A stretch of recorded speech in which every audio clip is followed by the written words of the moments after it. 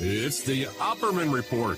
Join digital forensic investigator and PI Ed Opperman for an in-depth discussion of conspiracy theories, strategy of New World Order resistance, high-profile court cases in the news, and interviews with expert guests and authors on these topics and more.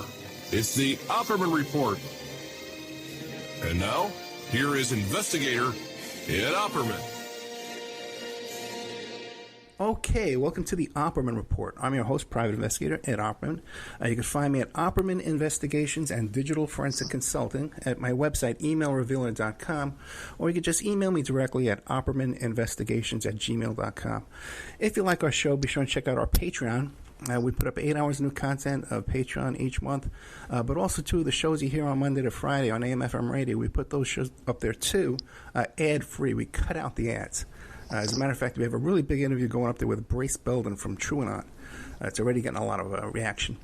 But our archives are always free. You go to Spreaker.com, you get our shows over there, and there's a chat room, and there's an email notification whenever we put up new content. Now, we got an excellent guest today. Okay, his guest is Aaron J. Leonard. You can find him at his website, aaronleonard.net, and he's the author of several books along the same theme. The Folk Singers and the Bureau, the FBI, the Folk Artists, and the Suppression of the Communist Party, USA to 1939 to 1956.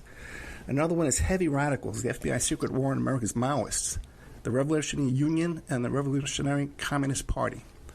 And a third one is Threat of the First Magnitude, FBI Counterintelligence and Infiltration from the Communist Party to the Revolutionary Union. And there's another one, too, the Folk Singers. Did I mention that one already? I think I did. Yeah. Yep, you did. So, Mr. Aaron J. Leonard, tell us about yourself. Who is Aaron J. Leonard? Oh, yeah. Well, first, thanks for having me. Thank you. It's good to meet and talk. I'm a writer and historian living out here in Los Angeles County, sunny L.A. You know, I'm decamped from living for several decades in Brooklyn. So, you know, kind of enjoying soaking up the sun. But I was a lifelong radical and kind of moved on, you know, a decade or so ago and sought to examine some of the organizations, you know, I had worked with, particularly the Revolutionary Communist Party. I mean, they're still around, but nothing like, you know, what they had been, you know, at their inception.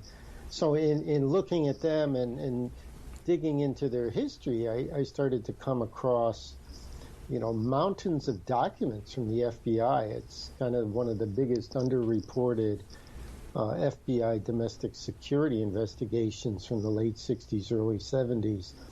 I mean, it didn't come out in the Church Committee period because it was still ongoing. Anyway, looking at that, I discovered a lot of FBI files, and along with my colleague Connor Gallagher, we compiled enough information to write 2 books, you know, one on the group itself and the second on informants who had penetrated the top levels of groups like the Communist Party, the Socialist Workers' Party, you know, the Revolutionary Union. So, you know, having those 2 books under my belt, I wanted to change it up a little bit. And write about music. You know, the original idea was write about repression and 60s music, but I couldn't quite get the data back then. But I landed on all this information from the FBI files on the folk singers of the 40s and 50s, people like Woody Guthrie, Burl Ives, Pete Seeger, Bess Lomax. So, you know, it kind of brings us up to date of the book and where I am right now. Of course, now I'm returning to this music book on the 60s, but maybe more on that later. Let me ask you a quick question. If the FBI were so intense on surveilling American citizens, and that they would go to the length of infiltrating folk singers and spying on folk singers and trying to manipulate folk singers, do you believe that they really can't get a grip on these Proud Boys and these 1%ers and these 3%ers guys? You know, of course they can, right? And, I mean, they probably know a lot more than what we know now. I guess my initial reaction as you were asking the question is, you know, I think people have a lot of trust in government, as skeptical as people can be. But the reality is like every country in the world has a secret police, and that's true for the United States as well. You don't survive and exist as a major power and force in the world unless you have a secret police who's looking at things like political dissent that could actually, if not challenge the ruling authority, could really destabilize it. And if you look at the FBI as a political police, it's much clearer who they are and what they do and why they do it. And, the conflict with groups. So the Proud Boys, it's just a very peculiar array, because not only are these, right-wing dissidents, they actually have connections with the very highest political authorities. So it makes it a lot more, nuanced and prickly as to how to go after that, or how to not so much go after it, but how to relate to that, if I could use that word. Yeah, but I guess also too, because the Proud Boys are capitalists, and that seems to be what they're enforcing most strictly. Yeah, I mean, the January 6th thing was a certain crossing a line. A lot of what they had been doing up to then was, there was kind of a looking the other way by a lot of law enforcement and the Justice Department. But, when you start going into Congress and actually attacking, elected political officials, it becomes a whole different thing. But even there, it's, there's this bizarre scenario that, who is it, Matt Gaetz, I think the day of or that evening started saying, oh, it was Antifa. Yeah. This absurd lie. But these people, they got no shame, do they? That's the truth, man. That is the truth. They look you right in the face, man. So where do you want to start with all this? I'm kind of fascinated about the folk singer aspect of it. Yeah, well, it's interesting because my musical core is kind of boomer music and 70s music, David Bowie, Lou Reed, but big appreciation of Bob Dylan, Grateful Dead, and the Beatles. So the folk singers was not my thing. I had a vague sense of it and a vague appreciation. I made the mistake once of talking to a class on this subject and saying, well, Pete Seeger was never really my favorite, and people were, oh boy, oof, they were upset. I mean, I've actually come to appreciate Pete Seeger a lot more.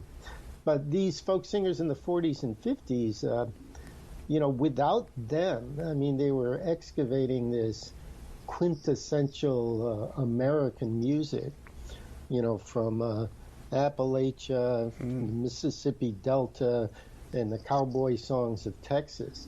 They excavated this music, and it actually, in the mid to late 50s, there was this whole folk revival that actually, in turn, evolved up into the, counterculture, folk rock and things like that. So, there's a continuity, or an evolution, if you will, whereas when you unearth good things and they're valuable, they tend to get passed along. So, looking at the work of Pete Seeger and Woody Guthrie, for example, I came to appreciate it a lot more. But then when you look at these guys, I mean, the way I landed on this was, so I was going to write this book about the FBI and rock music in the 60s. Did they have files on Jefferson Airplane or MC5, Sam Cooke, Nina Simone? And I tried to get some files, and, I wasn't getting anything. The FBI's, Sam Cooke's file, they say it was destroyed. Nina Simone, they say they can't find it. So I can't write this book without these files. I mean, as it turns out, I've since had some success, but so I'm trying to write this book about the 60s, and I'm reading this book by Sean Wilentz on Bob Dylan in America, I think it's called. And he's talking about Woody Guthrie.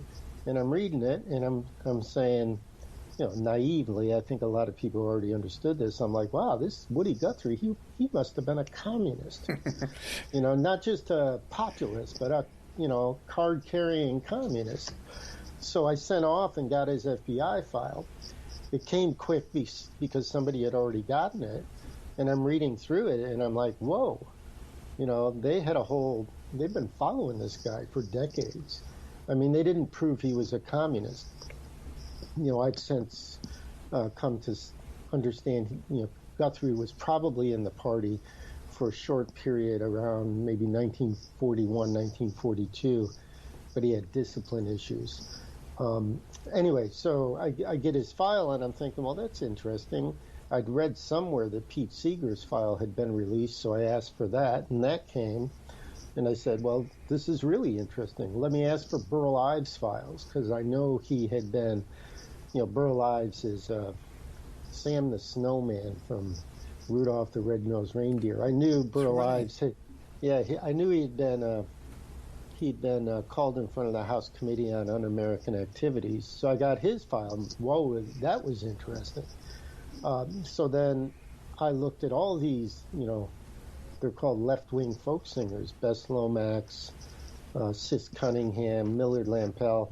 They all have files, on down the line. And the thing they have in common is they're either in the party or, pretty close supporters, what the popular culture calls fellow travelers. So, I realized I've got a book, and that is actually how this evolved. Well, Guthrie used to have a sign on his guitar that said, "This machine kills fascists." So that was probably enough to put them over the line. It's a trip. The FBI, they have their headquarters files. These are the things that are stored in Washington. Yeah. And they tend to be the PG version of the files, right? It's the stuff that they really have to keep.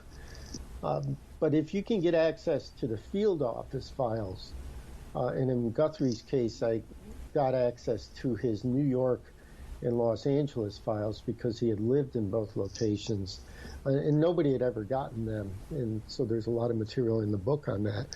And in his...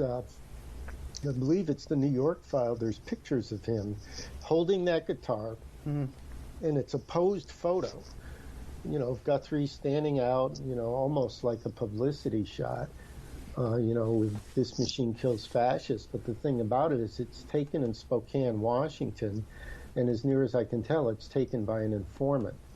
It's not published in the papers. It's in the FBI's file. So... they're really looking at Guthrie. They're very concerned about him.